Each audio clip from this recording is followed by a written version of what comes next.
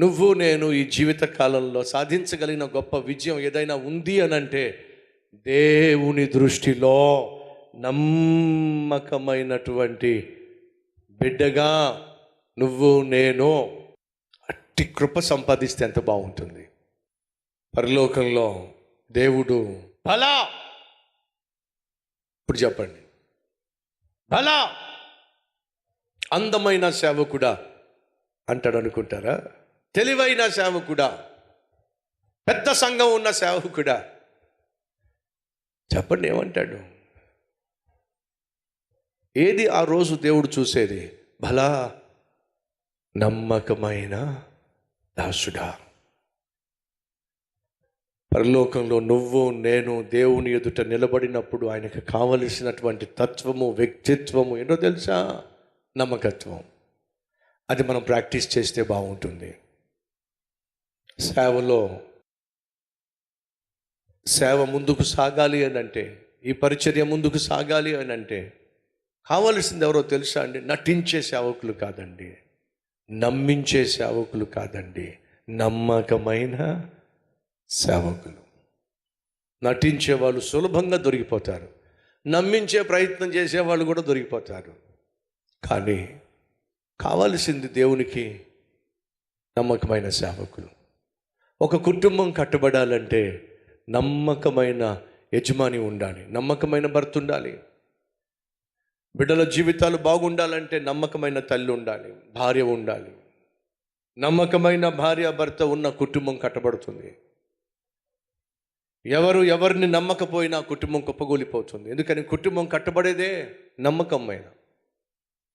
ఈరోజు ఏ భర్త అయితే నమ్మదగని వాడిగా ఉంటున్నాడో, ఏ భార్య అయితే నమ్మదగని భార్యగా ఉంటుంది, కుటుంబం కూలిపోతుంది.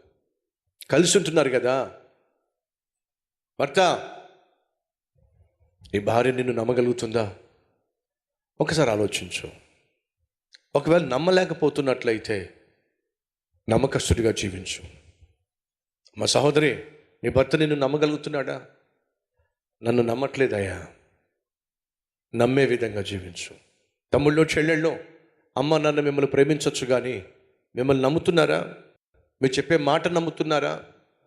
మా నాన్న అస్సలు నా మాట నమ్మడు, మా అమ్మ అస్సలు నా మాట నమ్మదు. ఎందుకు నాన్న నమ్మడం లేదు, ఎందుకు అమ్మ నమ్మడం లేదు? నువ్వు చాలాసార్లు మాట తప్పావు కాబట్టి, నువ్వు చాలాసార్లు అబద్ధాలు చెప్పావు కాబట్టి. వినండి, అబద్ధాలు చెప్పేవారు నమ్మడం కుదురుతుందా? వినండి, అబద్ధము చెప్పే ప్రతిసారి నీ నమ్మకాన్ని నువ్వు బేటలు వార్చుకుంటున్నావు. నువ్వు ఎవరితోనైనా సరే అబద్ధం చెప్పే ప్రతిసారి నమ్మకత్వానికి నువ్వేం చేస్తున్నావు తెలుసా? ఏం చెప్దాం?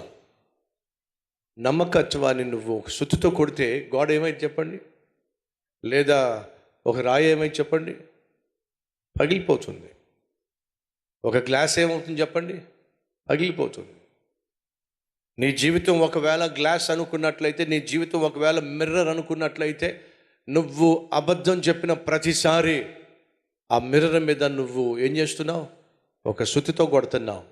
ఎంత ఎక్కువ సుత్తితో దెబ్బలు తింటుందో ఆ గ్లాస్, ఆ మిర్రర్, అంత అధ్వానంగా నిన్ను చూపిస్తుంది. పగిలిపోయినటువంటి అద్దం ముందు నిలబడి మీ ముఖం చూసుకోండి. పగిలిపోయిన అద్దం ముందు మీ యొక్క ముఖం చూసుకుంటే అధ్వానంగా ఉంటుంది. మళ్ళా చెప్తున్నా, నువ్వు అబద్ధం చెప్పే ప్రతిసారి నీ మీదున్న నమ్మకాన్ని నువ్వు నాశనం చేసుకుంటున్నావు, పాడు చేసుకుంటున్నావు, అద్దాన్ని పగలగొడుతున్నావు. అదే పగలగొట్టబడిన అద్దం ఎదుట నువ్వు నిలబడినట్లయితే నీ ముఖం ఎంత అధ్వానంగా ఉంటుందో, అలాగే నీ పట్ల నమ్మకత్వం కూడా అంత అధ్వానంగా తయారవుతుంది. అబద్ధాలు చెప్పటం మానేద్దాం, మాట తప్పే జీవితాన్ని విడిచిపెట్టేద్దాం, మాట మీద నిలబడదాం. ఎందుకో తెలుసా? నెహెమ్యా అనే ఒక గ్రంథము బైబిల్లో లిఖించబడింది. 66 గ్రంథాలు ఉన్నాయి బైబిల్లో, వేల సంఖ్యలో పేర్లు బైబిల్లో ఉన్నాయి. కానీ 66 పుస్తకాల్లో నెహెమ్యా అనే ఒక వ్యక్తి పేరున దేవుడు ఒక గ్రంథాన్నే ఇందులో పొందుపరిచాడు. కారణం తెలుసా? నెహెమ్యాకున్న గొప్పతనం ఏమిటంటే చెప్పండి, నమ్మకమైనవాడు. నమ్మదగినవాడు. కాబట్టే దేవుడు నెహెమ్యాకు నమ్మి తను బహుగా ప్రేమించినటువంటి యెరూషలేము చుట్టూ భద్రతను ఏర్పరిచే గోడలు కట్టే పనినిచ్చాడు. మొదటేమో చుట్టూ గోడలు నిర్మించాడు. ఆ తరువాత యెరూషలేములో గృహాలు నిర్మించాడు. ఆ తరువాత మనుషుల గుణాన్ని నిర్మించే ప్రయత్నం చేశాడు. అద్భుతమైనటువంటి సేవకుడు. ఈరోజు ప్రతి ఒక్కరూ కూడా నా చుట్టూ ఉన్నవాళ్ళు నన్ను నమ్మే విధంగా నేను జీవిస్తా. నీ చుట్టూ ఉన్నవాళ్ళు నిన్ను నమ్మడం లేదు అని అంటే నువ్వు మంచి వ్యక్తిత్వాన్ని ఎప్పుడో పోగొట్టుకున్నావు. నిన్ను నమ్మేటటువంటి తత్వాన్ని ఎప్పుడో పోగొట్టుకున్నావు. అంతకంటే దౌర్భాగ్యం ఏముంటుంది? ఒక్కసారి ఆలోచించండి.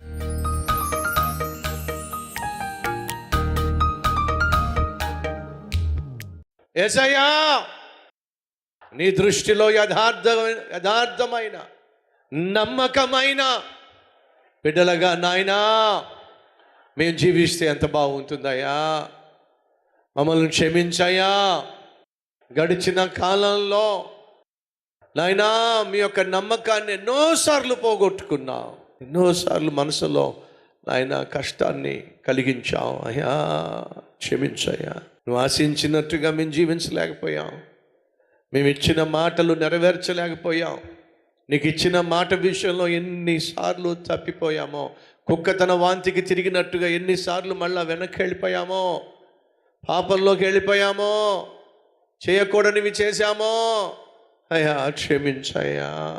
కనీసం ఇక్కడి నుంచి అయినా ఈ విలువైన సందేశం విన్న తర్వాత అయినా నాయన నమ్మకమైన జీవితం కోసం నిరంతరము ప్రాకులాడే మనస్తత్వం మాకు దయచేయ్యా. భర్తగా నమ్మకత్వం, భార్యగా నమ్మకత్వం, అమ్మ నాన్న పట్ల నమ్మకత్వం, సేవలో నమ్మకత్వం, ఉద్యోగంలో నమ్మకత్వం, ప్రతి విషయంలో నమ్మకత్వం అత్యవసరము. నమ్మకత్వం కలిగిన వారు రోజు రోజుకు తరిగిపోతున్న ఈ అంచె దినాల్లో ఎవరైనా నమ్మకమైన వాళ్ళు ఉన్నారా? ఎవరైనా యథార్థవంతులు ఉన్నారా అని నీ కనుదృష్టి నాయనా మా ప్రాంతం సంచరిస్తున్నప్పుడు అయ్యా నీ దృష్టి మా మీద పడే విధంగా మేము జీవించాలి. యథార్థవంతులను బలపరచుటకు యెహోవా కనుదృష్టి లోకమంతా సంచరిస్తుంది కదయ్యా. నమ్మదగిన వ్యక్తిత్వాన్ని నాకు దయచేయ్యా. నువ్వు నమ్మే మనిషిగా నేను జీవించాలయ్యా. నీకే మహిమ ఘనత ప్రభావములు చెల్లిస్తూ యేసు నామం పేరట వేడుకుంటున్నాం తండ్రి. ఆమేన్.